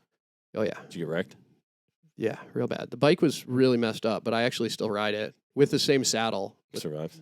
Yeah, I survived. I mean, the bike. I know you made it. Thanks. Context clues. but the bike. The bike made it. It's in good shape, all things considered. I've been taking like decent care of it. I like it because it's heavy and it's old looking, and so people don't steal it. Oh, that's sweet. Yeah, I know. If you have anything too cool, it's like I actually have an electric bike, and I put like it's like all black, and I put like black stickers all over it everywhere it says e-bike. So smart. Yeah, I just like don't want to draw any attention to it whatsoever. It just looks like literally a generic black bike. There's crime. No, I told everybody. So, see, generic black bike with tape on it. Crime, it's worth like $2,000. No, I'm kidding. It's not. It's a cheap e-bike, but it's like a neighborhood cruiser one, but it's super fun. I know nowadays, man, it's like you gotta be careful. Like my wife's car got ruffled through. Somebody was up in her shit the other day, and you were talking about like the shootings in the Southside. Yeah. Going back to when I used to DJ in the North Side, Park House Tavern. Yeah. The place where you can put the peanut shells on the ground. I used to have a show there that was like Be More Club and Miami Bass. And it's fun. My mom used to, it was a great, great show. I did it with this kid who's also a doctor now, which is also funny. That's sweet. He went to Hopkins, I think. Really cool guy. But I was leaving the club with my mom, and we just like heard gunshots and had to duck down behind her car. It was it's too real sketchy. I had a gig once. Shout out my brother here, Joe DC, and we were down in West Virginia. It was actually a Red Bull event, so I didn't anticipate it being like bad crowd or anything like that. They were like, "Yeah, you're gonna play this new club, all this stuff." I get there. We're going through all kind of metal detectors and pat downs as the DJ and like my little entourage. I had like 4 or 5 friends with me. So I'm like, first red flag, right? Yeah. It's like we get in, set up. The place wasn't overly nice or anything, but was like, everything seemed fine. So I kind of got over it. I'm on a riser. I'm on like one of those Red Bull booths, but it's like kind of above the crowd. I'm like 4 or 5 feet above the whole crowd. And everyone's like around you. So doing my thing. Middle of the night, some guy starts spazzing out directly in front of me, man. Like I could see him. Pulls out a revolver, starts like waving it around. So everyone kind of goes into panic mode, everyone around him. And I'm like staring, kind of like in disbelief. He fires 2 into the ceiling. Yes, dude. Yeah, this is real. This is a real story on my son's life. So everybody scrambles. The lights go on. The music goes off. I just drop. Run, hide, fight kind of thing. Like I just drop. And my boy Joe, he's like not really rattled by anything. I kind of look up. There's nobody within like seconds. There's no one in this room, but the dude with the gun still kind of pointed up in the air and kind of like yelling around.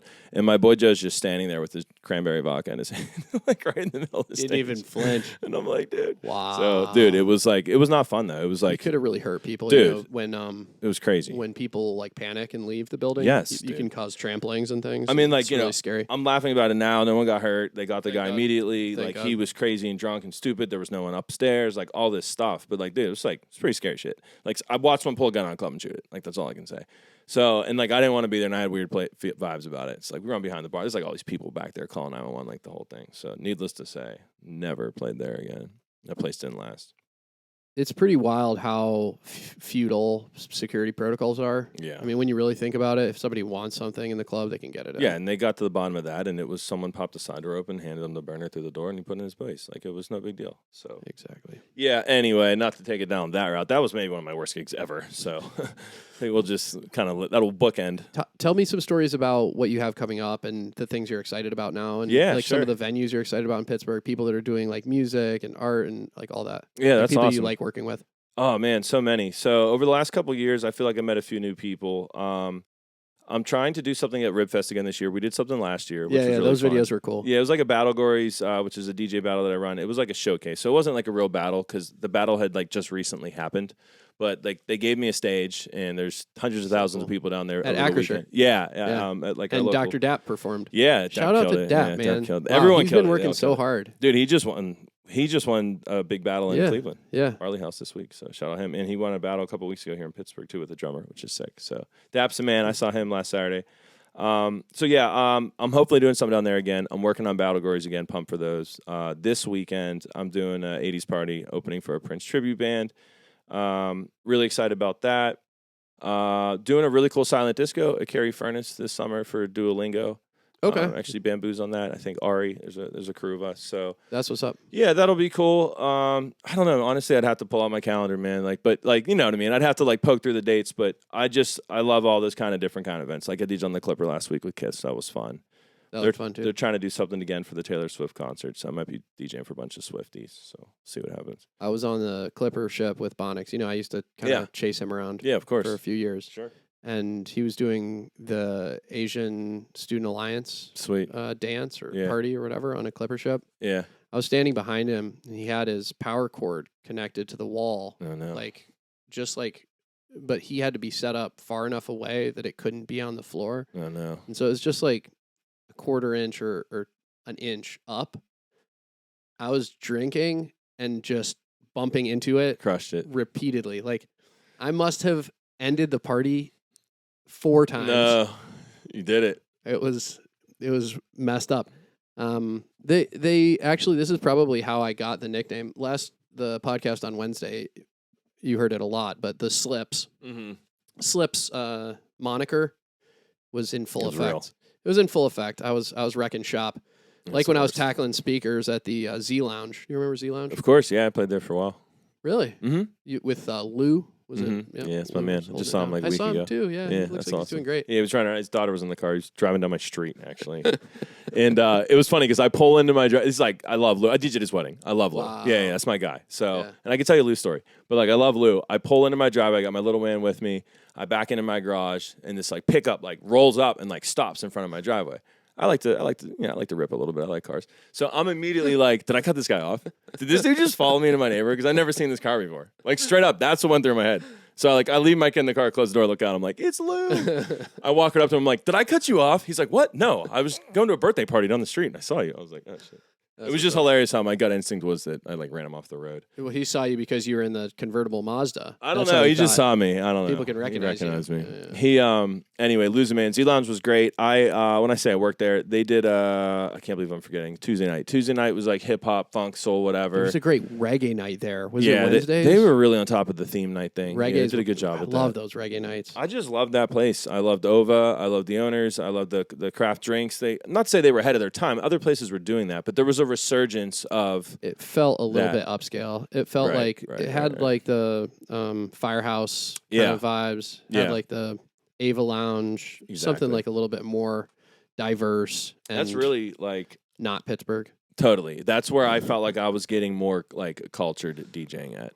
Yeah. Like that was a gig that I went into, and I knew I'd be like critiqued for my selections. I knew like that too. I couldn't play like the number one hit of these artists. I had to like go a little bit further. So that was a great gig for me to do that. I mean, it was once a week, and we didn't make a lot of money, but every once in a while, it'd be like real magical. There'd just be like great people in there, and I didn't meet Bonix there, but like we ended up playing there a lot together. McFly. I haven't talked to him in a minute, but he's good. He's married. He got a kid now. Yep. He's out in. They moved back. Washington State? No. They moved back to the South. Okay. It's, I think, either Tennessee or, McFly was the man. He was so funny. I loved great him. remixes. Yeah, his he did. Be More Club remixes. I love that dude. I miss him. I hope he's watching this.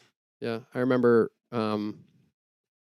seeing him play at Matrix, being impressed, but he would only be rocking on one turntable a lot of the time, like because they had janky gear. Yeah, right. He was very strong with internal mode. If and when you DJ or interview Bonix, ask him about the first time him and McFly mixed. It's a really funny, good story, and I won't do it justice because I wasn't there. There's so many stories from those nights with those two. Where but like they met, like Bonix was like out of town, and like they met in Florida, which is where McFly lived at the time. And Bonix basically more or less brought McFly up to Pittsburgh. Yeah, and I remember when that happened. Yeah, but like the way they met, it was like one of those like DJ love stories where it was like you're dope, and they were like, bink. I remember it's just a funny story. Yeah, he literally brought him. Yeah, here, for sure.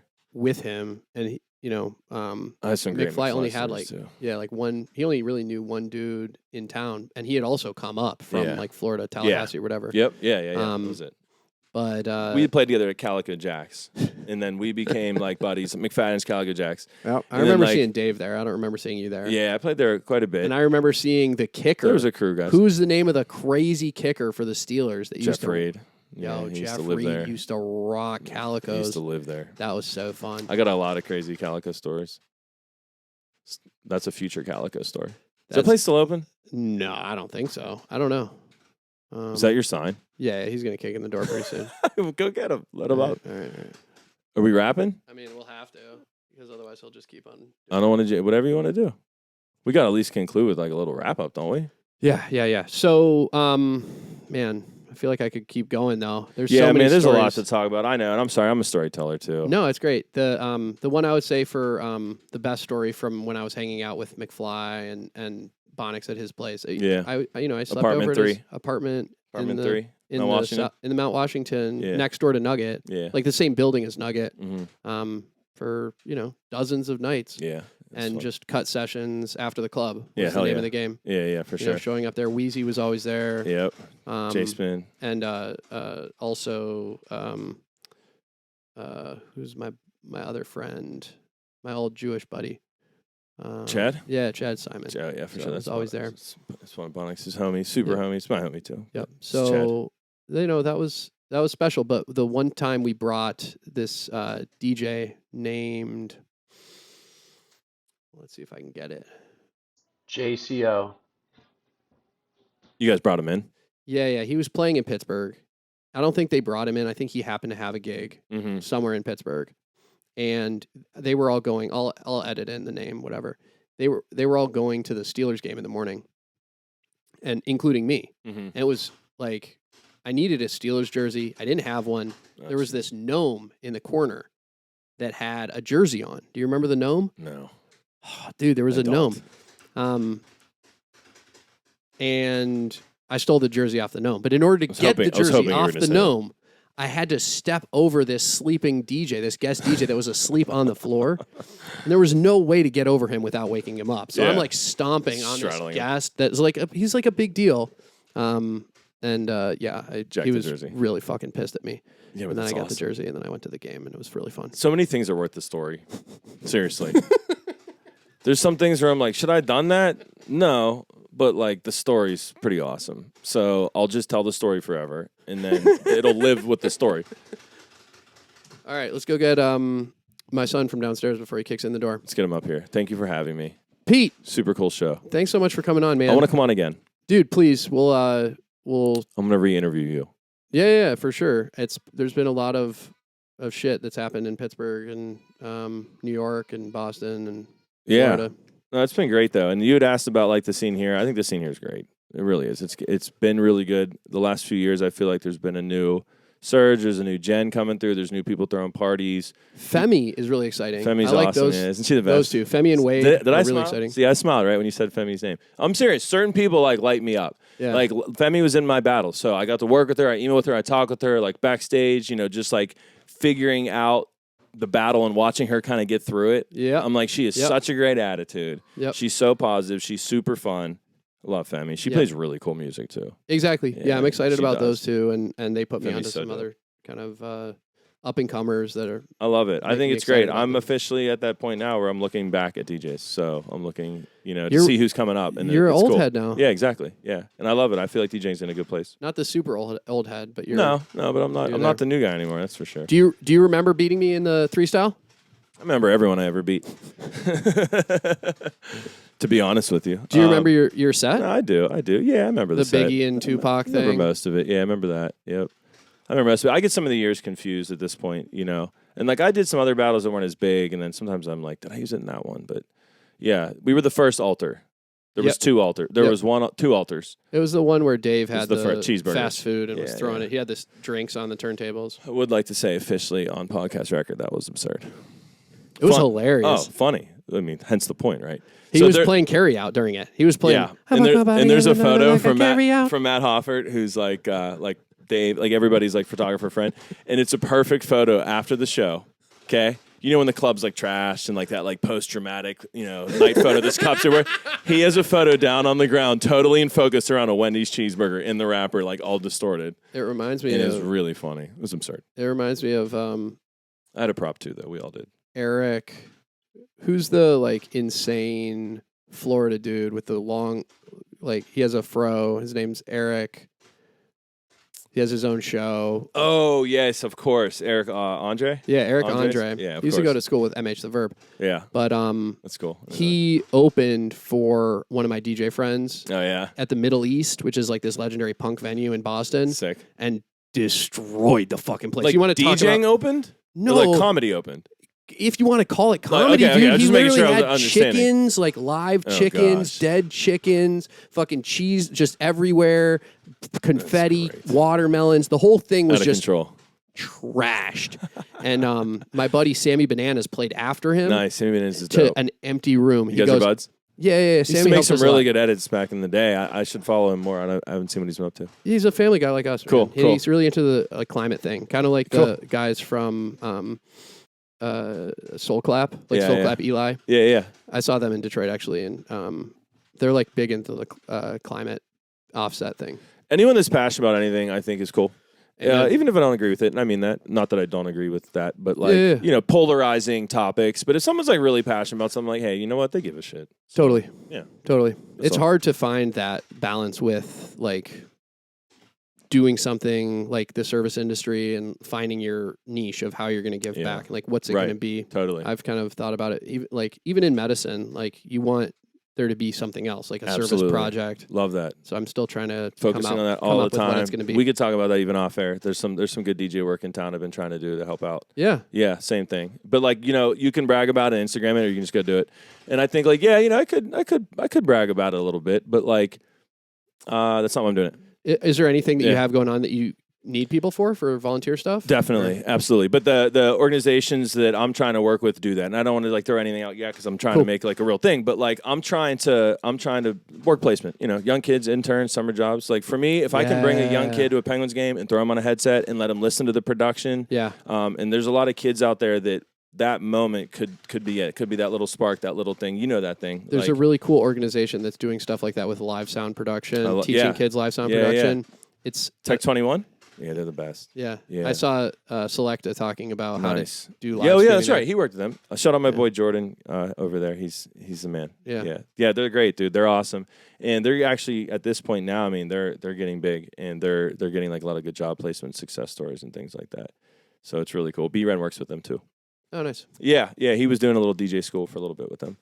Something else I thought about doing years ago. That was a big thing when I was in New York. Yeah. That's one thing that I did at the Dwight School. I was teaching in the high school. Teaching we could talk about that next time. I talked to Cosmo Baker. Like, I was this close to opening a DJ school. So I called Cosmo, and I'm like, can you tell me about it? Because he ran Scratch DJ Academy out of Philly. Yep. And I was like, can you tell me the ins and outs? And just to be clear, there's NDAs and things involved. He couldn't tell me anything. But I just kind of got the feeling overall, the more I looked into it, like it wasn't super viable unless it was done a very specific way, and I didn't know how that would work here. That's all. But shout out Cosmo.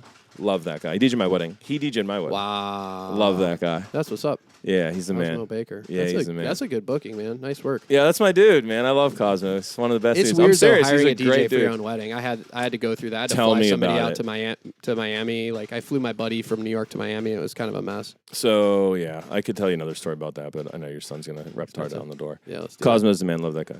Petey C. Thank you again, man. This was super cool. I appreciate it. Thanks for coming on, man. Seriously, All right, we'll get a picture before we bounce. Let's do it. All right.